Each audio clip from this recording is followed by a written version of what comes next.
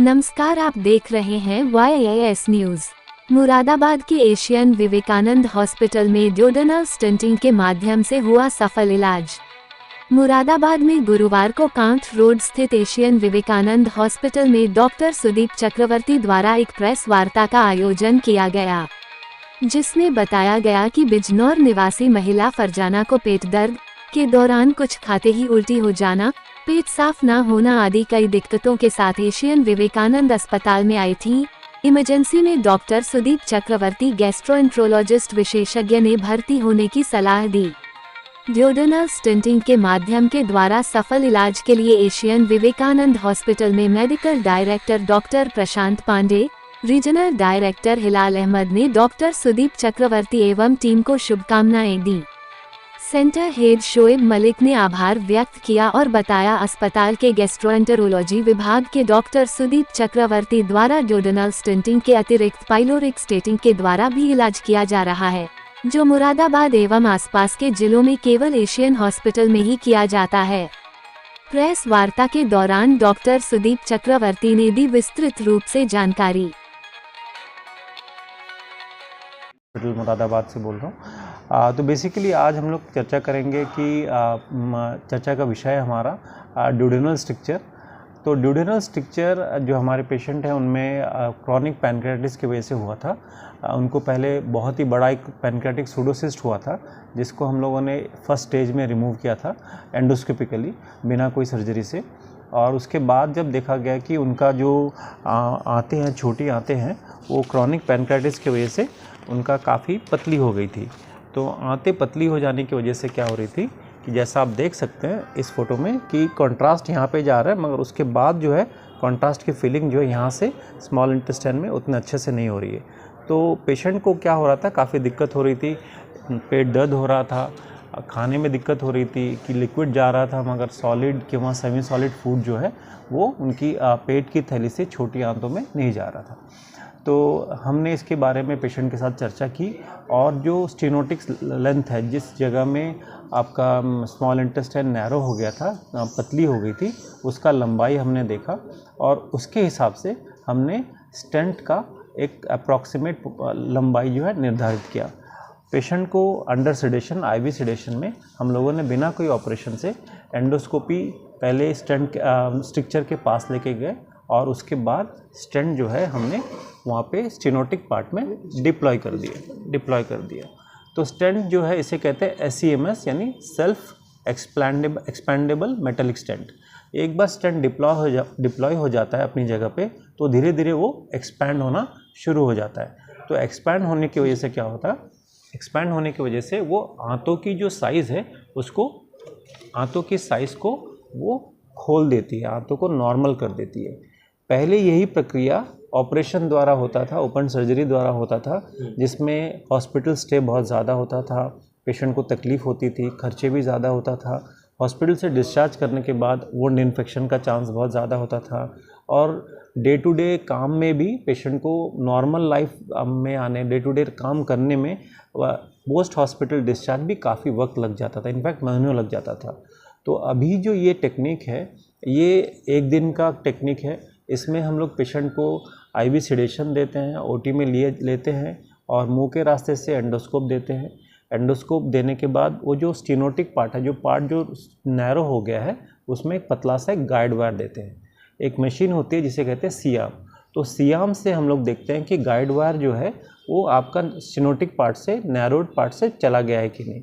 समझ लीजिए जो नैरोड पार्ट है उसका लंबाई है 5 सेंटीमीटर।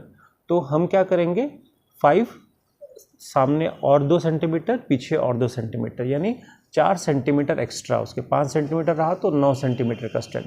तो 9 सेंटीमीटर का स्टेंट क्या करेंगे, वहाँ पे रख देंगे। उसके बाद उसको ऊपर जो कवर होती है उसको खोल देते हैं। कवर खोल देने से स्टेंट कंप्रेस्ड फॉर्म में रहता है, क्योंकि वो सेल्फ एक्सपैंडेबल है, वो अपने आप क्या होता है, खुलने लगता है। और जैसा आपने इस चित्र में देखा है, वो आंतों का जो पोजीशन है, आंतों का जो कन्फॉर्मिटी है, उसको अडॉप्ट कर लेती है। तो ये जो स्टेंट है ये 2 प्रकार की होती है, एक है कवर्ड स्टेंट और एक है non covered stent. Covered stent में जाली के ऊपर एक कवर होती है जो कि हम लोग कैंसर के पेशेंट में यूज़ करते हैं, जबकि अनकवर्ड स्टेंट में सिर्फ मेटल का एक मैश होता है, उसके ऊपर कोई कवर नहीं होती है, जो ऐसे पेशेंट में जिनको कैंसर नहीं है, दूसरी बीमारी है जिसकी वजह से हमारे आंतें जो है नैरो हो गई है, उनमें ये यूज़ किया जाता है।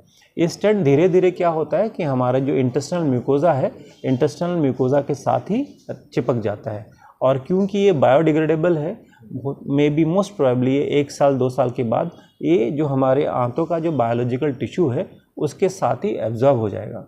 तो इसमें कोई फॉरेन बॉडी पेशेंट के शरीर में ज़िंदगी भर के लिए रखना ऐसा नहीं है। जो स्टेंट हम लोग यूज़ कर रहे हैं वो बायोडिग्रेडेबल स्टेंट है। तो बायोडिग्रेडेबल स्टेंट आपके साधारण मेटालिक स्टेंट से थोड़ा कॉस्टली होती है, मगर फ़ायदा ये है कि आपको एक आप कहेंगे मेटल को लेके ज़िंदगी भर नहीं चलना होगा। अभी आप काफ़ी यंग है, 33 इयर्स की है, तो पूरी ज़िंदगी इनके सामने है, तो मैं नहीं चाहूँगा कि मेटल इनके साथ रहे। हाँ, तो ये जो स्टेंट है बेसिकली ये 6 महीना 1 साल के बाद जो है, एक बार जब आंतें पूरी खुल जाएगी, आंतें को कन्फॉर्मेशन बन जाएगा, तो धीरे धीरे एब्जॉर्ब होना शुरू हो जाएगा और वो एब्जॉर्ब हो जाएगा। तो मरीज़ कहाँ के हैं, कि कैसे ट्रीटमेंट दिया? हाँ जी, मरीज़ एक्चुअली मैं मरीज़ को काशीपुर से जानता हूँ, वहाँ से हमारी परिचय हुई है। उसके बाद क्योंकि काशीपुर में सुविधाएं काफ़ी कम थी, हाँ, उसके बाद मैंने एशियन हॉस्पिटल विवेकानंदा में यहाँ पे ज्वाइन किया है। उसके बाद यहाँ पे उनसे बात की, उनका जो टेस्ट हुआ है, टेस्ट होने के बाद हमें जब पता चला कि आंतों की जो सेगमेंट है वो नैरो है, तो उनको फिर बताया गया। मरीज़ आप खुद ही बता सकते हैं आप कहाँ से हैं और आपका। सर अब कैसी कंडीशन है मरीज़ की? आप देख सकते हैं बहुत ही अच्छी है, कल ही प्रोसीजर हुआ है, आज एकदम अच्छी है, आज खा रही है, पी रही है। पहले जो उनके हाजमे की दिक्कत हो रही थी अभी वो बिल्कुल नहीं है।